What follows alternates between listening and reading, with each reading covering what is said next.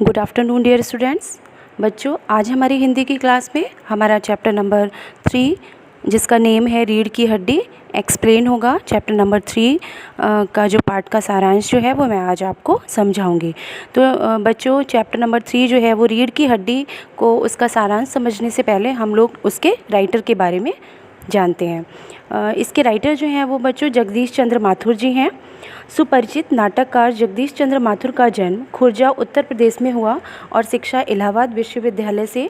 बचपन से ही नाटकों में रुचि होने के कारण स्कूल कॉलेज के सांस्कृतिक उत्सवों में नाट्य लेखन, निर्देशन और अभिनय करते रहे। आगे चलकर यही शौक सृजन में परिणत हो गया। आगे चल के क्या हुआ, यही इनका शौक़, यानी जो स्कूल में जो वो नाटक करते थे, स्कूल में जो वो एक्टिंग करते थे, सांस्कृतिक कार्यक्रम करते थे, वही उनका आगे जाकर उनका क्या हो गया, शौक़ जो था वो उनके सृजन में परिणत हो गया। यानी उन्होंने इसी को अपना काम बना लिया और आगे जाके ये नाटक वगैरह जो थे वो लिखना इन्होंने शुरू कर दिए। जगदीश चंद्र माथुर के नाटकों में विविधता है। ऐतिहासिक नाटकों के साथ साथ सामाजिक समस्याओं से जुड़े एकांकी नाटक भी इन्होंने लिखे हैं। बच्चों, इन्होंने नाटक लिखते समय जो है इन्होंने नाटकों में कोई समरूपता नहीं बल्कि इनका विविधता है। उन्होंने समाज की विभिन्न समस्याओं को जो है वो अपने नाटकों में दर्शाया है। यानी समाज, इनके नाटकों में क्या है, विविधता है। किसी एक ही टॉपिक को इन्होंने नहीं लिया बल्कि इन्होंने समाज के विभिन्न टॉपिक को जो है विभिन्न विषयों को अपने इस जो है अपने जो उन्होंने नाटक लिखने में जो है उसका विषय बनाया। उनके कुछ व्यंग प्रधान एकांकी नाटक भी चर्चित हैं। इनकी जो है इन्होंने व्यंग प्रधान भी लिखे, यानी उपहास। व्यंग मीन्स ऐसे नाटक हैं जिनको पढ़ने से आपको व्यंग यानी समाज पर आधारित कुछ ऐसी जो हमारे समाज की जो ऐसी बुराइयां हैं उस पर भी इन्होंने व्यंग किया है। व्यंग का मतलब तो आप समझते होंगे बच्चों, मजाक किया है, मजाक के रूप में उन्होंने अपने नाटक में लिखा है। व्यंग मीन्स होता है बच्चों मजाक बनाना, और उसको पढ़ने से जो व्यंगपूर्ण रचना होती है उसको पढ़ने से हमें हंसी भी आती है और हमें अच्छा लगता है उसको पढ़ते हुए। जिस नाटक में व्यंग होता है वो नाटक हमें और रोचक लगता है। तो इनकी प्रमुख कृतियाँ जो हैं कोणार्क है, दशरथ नंदन, शारदीया, पहला राजा जो है वो इनका नाटक था, भोर का तारा, ओ मेरे सपने, एकांकी आदि इनके संग्रह हैं। तो बच्चों, ये तो हमारे जगदीश चंद्र माथुर जी का जो था वो जीवन परिचय था। अब हम रीढ़ की हड्डी चैप्टर को जो है उसको सुनते हैं बच्चों। रीढ़ की हड्डी जो है वो कहानी में लेखक ने समाज में स्त्रियों के प्रति व्याप्त रूढ़िवादी मानसिकता पर प्रहार करते हुए स्त्रियों की शिक्षा एवं उससे उत्पन्न उनके आत्मविश्वास और साहस को दर्शाया है। इसी तरह इस एकांकी कहानी में रामस्वरूप और प्रेमा उनकी पत्नी के विचारों को भी दर्शाया है। बच्चों, ये रीढ़ की हड्डी में लेखक ने क्या किया है, स्त्रियों के प्रति व्याप्त जो है हमारे समाज में जो है स्त्रियों के प्रति जो रूढ़िवादिता, उनकी मानसिकता पर जो उन समाज में जो रूढ़िवादिता व्याप्त थी उस पर इन्होंने कहा, और आज भी व्याप्त है बच्चों। थोड़े बहुत हम लोग जो हैं पढ़ लिख, हमारी फैमिली अच्छी है, लेकिन बहुत सारे आज भी स्त्रियाँ जो हैं वो इस रूढ़िवादिता पूर्ण मानसिकता को जो है बर्दाश्त करती हैं। स्त्रियों की शिक्षा, उनसे उत्पन्न उनके अंदर जो आत्मविश्वास और जो साहस है वो इस हमारी जो ये एकांकी है इसमें दर्शाया है। इसमें बच्चों रामस्वरूप और उनकी पत्नी प्रेमा जो है, उनकी पत्नी प्रेमा के विचारों को भी दर्शाया गया है। अब देखिए, प्रस्तुत एकांकी रीढ़ की हड्डी जगदीश चंद्र माथुर द्वारा रचित है। यह एकांकी लड़की के विवाह की सामाजिक समस्या पर आधारित है। इस एकांकी में कुल 6 पात्र हैं। रामस्वरूप, उनका नौकर रतन, रामस्वरूप की पत्नी का नाम है प्रेमा, उनकी बेटी जिसका नाम है उमा, शंकर के पिता जिनका नाम है गोपाल प्रसाद तथा स्वयं शंकर। पूरा एकांकी नाटक जो है वो एक मामूली से कमरे में ही क्या हो गया है, खेला गया है। बच्चों, एकांकी जो होती है आपको जब पता है एकांकी नाटक होता है, ठीक है। तो यानी यहाँ पर जो इन्होंने लिखा है तो उस एकांकी नाटक को हम मंच पर खेल भी सकते हैं, है ना। उसी तरीके से जैसे इन्होंने जो स्टोरी बताई है उसको हम, जिसको आप लोग ड्रामा बोलते हो, है ना, प्ले बोलते हो, प्ले, तो वो तो बताया कि उन्होंने ये जो पूरी एकांकी जो थी वो एक मामूली कमरे में खेली गई। यानी जितना भी जो आप स्टोरी पढ़ रहे हो, जो एक कहानी पढ़ रहे हो, जो एकांकी जो नाटक है, ये पूरा एक कमरे में बैठकर इसका सारा मतलब वार्तालाप जो है वो चल रहा है। उमा को देखने के लिए गोपाल प्रसाद और उनका लड़का आने वाले हैं। ये कहानी हमारी यहाँ से शुरू होती है बच्चों। अभी तो मैंने आपको उसके पात्र और उनका इंट्रोडक्शन दिया था, अब कहानी हमारी यहाँ से शुरू हो रही है। उमा को देखने के लिए गोपाल प्रसाद और उनका लड़का जो है वो क्या है, आने वाले हैं। रामस्वरूप और उनका नौकर जो है वो कमरे को सजाने में लगा हुआ है। तख्त पर दरी और चादर बिछाकर उस पर हारमोनियम रखा गया है। इस तरीके से जैसे हमारे घर कोई मेहमान आता है तो हम अपने घर को, बैठक को सजाते हैं, वैसे ही उन्होंने भी इसमें दर्शाया है कि वो मतलब तख़्त पर चादर बिछा रहे हैं, नई चादर को बिछा रहे हैं, उस पर हारमोनियम रख रहे हैं, जो भी उनके अपना कल्चर होता है। नाश्ता आदि भी तैयार किया गया है। इतने में ही वहाँ प्रेमा आती है। प्रेमा कौन है बच्चों, आप बताइए। प्रेमा जो है वो किसकी, जो उमा है उसकी माँ है।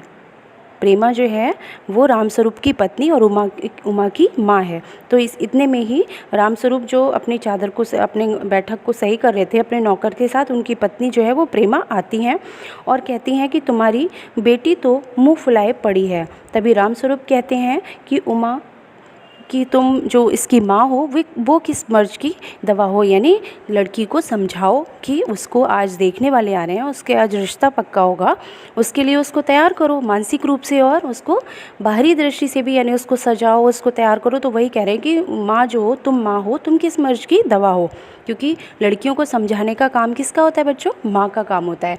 और वो अपनी माँ से जो है वो हर तरीके की बात को शेयर करते हैं। तो यहीं पर रामस्वरूप कह रहा है कि तुम उसकी माँ जो हो वो किस मर्ज की दवा हो।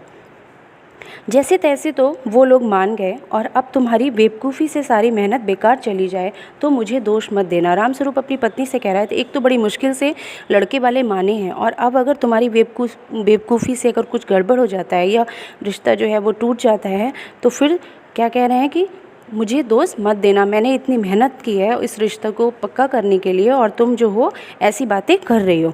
तब प्रेमा कहती है कि तुमने तो उसे पढ़ा लिखा कर सिर चढ़ा लिया था। कह रहे हैं कि तुम ही ने तो वो जो प्रेमा है, जो इसकी लड़की की माँ है, वो अपने हस्बैंड से, अपने पति से कह रही है, रामस्वरूप से कह रही है कि तुम ही ने तो उसको सिर पे चढ़ाया है, इतना पढ़ा लिखा कर उसे सिर पे चढ़ाया है। मैंने तो पाउडर वाटर उसके सामने रख दिया और इन सब चीज़ों से तो वो नफ़रत करती। कह रहे हैं कि मैंने उससे कहा कि लड़के वाले आ रहे हैं, तुम तैयार हो जाओ, पाउडर वगैरह सारा सामान मैंने उसके सामने रखा, लेकिन बता रहे हैं कि वो लड़की तो इन सब चीज़ों से क्या करती है, नफ़रत करती है। यानी उसको कोई शौक़ नहीं था, उसको सिर्फ पढ़ाई का शौक़ था। तो यही इस चीज़ को यहाँ पर दर्शा रहे हैं कि पढ़ने वाले बच्चे जो होते हैं वो किस तरीके से होते हैं, किस तरीके के होते हैं, उन्हें क्या चाहिए होता है। रामस्वरूप कहते हैं ना जाने इसका दिमाग कैसा है। कह रहे हैं कि लड़कियाँ तो सजने में बड़ा शौक़ होता है और ये लड़की पता नहीं कैसी है। तो अपनी पत्नी से कह रहे हैं कि पता नहीं इस लड़की का दिमाग कैसा है। उमा बीए तक पढ़ी हुई है, परंतु रामस्वरूप लड़के वालों को 10वीं तक पढ़ी बताते हैं। उमा जो है बच्चों वो बीए तक पढ़ी हुई है, लेकिन लड़के वालों को जो है वो लड़की कम पढ़ी लिखी चाहिए थी, इसीलिए रामस्वरूप ने क्या करा, उमा की पढ़ाई को कम बता दिया और बता दिया कि वो लड़की सिर्फ 10वां पास है। क्योंकि लड़के वालों को कैसी लड़की चाहिए, इसीलिए उन्होंने बताया कम पढ़ी लिखी लड़की चाहिए, और इसीलिए उन्होंने क्या बताया कि लड़की जो है हमारी 10वां पास है। नाश्ते में टोस्ट रखने के लिए मक्खन नहीं है। रामस्वरूप की पत्नी उनसे कह रही है कि नाश्ते में जो है टोस्ट हम रखेंगे तो उसके लिए मक्खन नहीं है। तो मक्खन के लिए रामस्वरूप जो है वो अपने नौकर को मक्खन लाने के लिए क्या करता है, भेज देता है, बाहर भेज देता है। बाहर जाते हुए रतन देखता है कि कोई घर की ओर बढ़ रहा है। बाहर जाते हुए रतन क्या देख रहा है कि कोई उसके घर की तरफ बढ़ रहा है। रतन मालिक को बताता ही है, रतन मालिक को बता ही रहा था कि कोई बाहर से आ रहा है। तो थोड़ी देर में ही दरवाज़ा क्या है, खटकता है, और दरवाज़ा खुलने पर गोपाल प्रसाद और उनका लड़का शंकर आते हैं। तुरंत उनके घर में कौन, गोपाल प्रसाद और उनका लड़का शंकर आता है, जो उनकी लड़की को देखने के लिए आए हैं। रामस्वरूप उनका स्वागत करते हैं। दोनों बैठकर अपने ज़माने की तुलना नए ज़माने से करते हैं। अपने जैसे आप लोगों ने देखा है कि अपने घर के जो बुज़ुर्ग लोग होते हैं जब वो बैठ जाते हैं तो कहते हैं हमारे ज़माने में तो ऐसा होता था। फिर दूसरा कहता है अरे हमारे ज़माने में ऐसा होता था। फिर क्या कंपेयर किया जाता है, फिर कहा जाता है कि अरे आजकल के ज़माने में, आजकल के बच्चों के ज़माने में कैसा हो रहा है।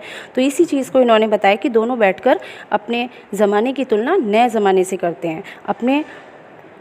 अपनी आवाज़ और तरीके को बदलते हुए गोपाल प्रसाद कहते हैं, अच्छा तो साहब बिजनेस की बात की जाए। वे शादी विवाह को एक बिजनेस मानते हैं। अभी तक तो ज़माने की बात चल रही थी, फिर उन्होंने अपने बात करने का थोड़ा सा तरीका बदला और कहने लगे, अच्छा चलिए तो फिर अब हम बिजनेस की बात करते हैं। बिजनेस का मतलब है शादी में क्या लेना है, क्या देना है, कितना दहेज है, क्या है शादी और लड़की कैसी है। तो उन्होंने इसी बात को इशारा करते हुए कहा है कि चलिए अब हम बिजनेस की बात करते हैं।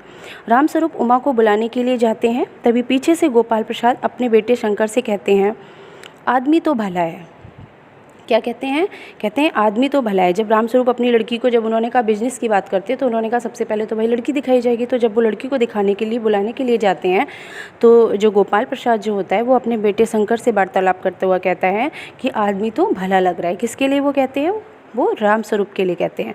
मकान वकान भी, हैसियत भी बुरी नहीं लग रही है। कह रहे हैं मकान वगैरह तो बस ठीक है, कहने का मतलब है हैसियत बुरी नहीं लग रही है, कहने का मतलब है जो है कि हमें दान दहेज जो है वो अच्छे से दे सकते हैं, पर यह तो पता चले कि लड़की कैसी है। उन्होंने कहा ये तो सब ठीक है, लेकिन अब लड़की को भी तो हम देखें कि लड़की कैसी है। वे अपने बेटे को झुककर बैठने पर डांटते हैं। जब वो चले जाते हो पीछे, वो अकेले बैठक में बैठे हुए होते हैं, तो वो लड़का जो है वो, उसकी रीढ़ की हड्डी थोड़ी सी झुकी हुई है, तो वो झुक के बैठता है। तो इसके लिए भी वो बोल रहे हैं कि वो अपने बेटे को जो है वो झुक कर बैठा हुआ है, तो उसे डांटते हैं कि तुम यहाँ लड़की देखने आए हो, तुम ही झुक के बैठे हुए, तो कोई क्या कहेगा। तो वो लड़के को अपने डांट रहे हैं। रामस्वरूप दोनों को नाश्ता कराते हैं और इधर उधर की बातें करते हैं। फिर रामस्वरूप आ जाते हैं लड़की को लेकर, और फिर क्या है, दोनों मिलकर नाश्ता करते हैं और इधर उधर की बातें करते हैं। गोपाल प्रसाद लड़की की सुंदरता के बारे में पूछते हैं। रामस्वरूप कहते हैं वह तो आप खुद ही देख लीजिएगा।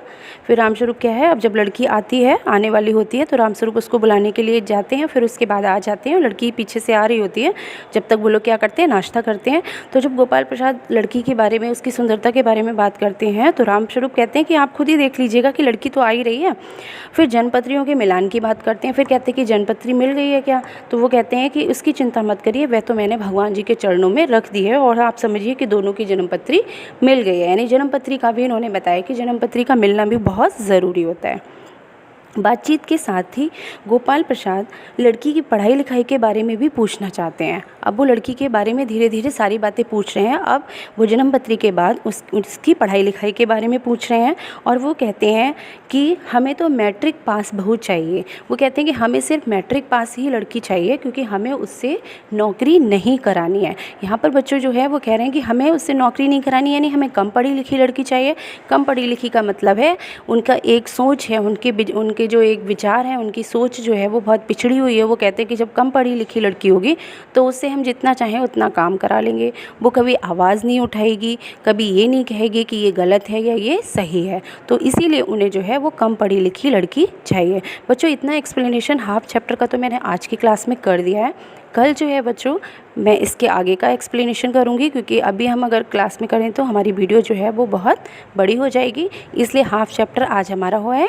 नेक्स्ट क्लास में हमारा आगे का हाफ चैप्टर कंप्लीट हो जाएगा। थैंक यू बच्चों।